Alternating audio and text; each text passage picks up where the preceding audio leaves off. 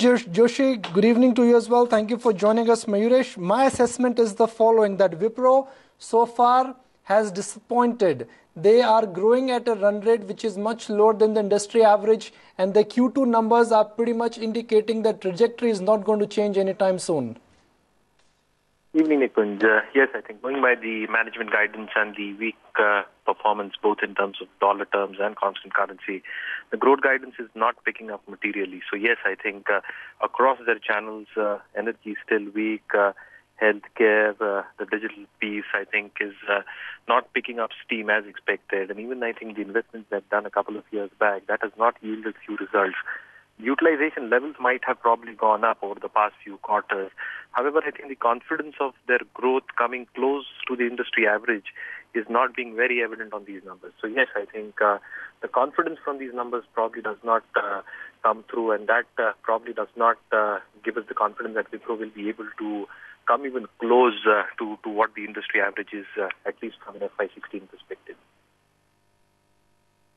We expect revenues from IT services business to be in the region of about 1.8 million to 1.87 million. That means it's a nominal growth of less than 2% even at the upper band. And frankly, that's not very impressive for a company which has a low base, for a company which is attempting to make a comeback, for a company which occupied a leadership position till about 4 or 5 years ago. So the challenge for Wipro is that the business environment has changed. They've not been able to change their business model. I'm choosing my words carefully, but that's the harsh reality, that Wipro has once again disappointed. And as we speak, Kane numbers are also expected any minute now. Pankaj, let me get just closing comments from you. Wipro, Friday morning, 2% gap down, 3% gap down, 5% gap down.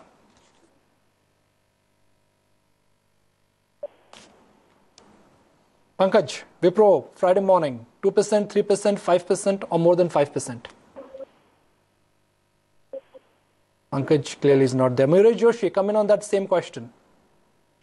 So expecting at least a 3 to 4% gap down. So yes, I think even as the day progresses, a 5% down move on the stock would not be ruled out based on these numbers.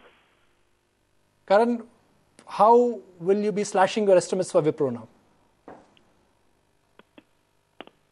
So we'll be revising our dollar terms revenue numbers by about 1.5–2% for F16.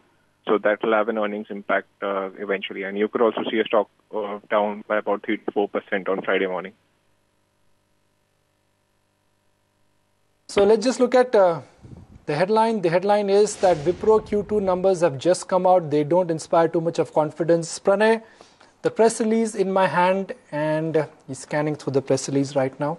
And let me just flag off Kane numbers as well. And Kane numbers are there on your screen, 670 versus 572. Frankly, it's one of those companies which completely have fallen off the center stage. And after that proposed merger, it's going to be one single entity. So institutional investors don't really track Kane as much as they did 2 years ago, largely because crude is down. The company is going to be merged into a single entity. Institutional investors don't own it. Typically, HNI traders are not there because crude has been on the reversing side. So it's an important Nifty 50 company, but Wipro is the real story. And Nisha, I've really tried hard to sugarcoat those numbers. I've been tracking Wipro for years and years now, nearly a decade now. And I'm just getting a sense that somehow they're losing the plot.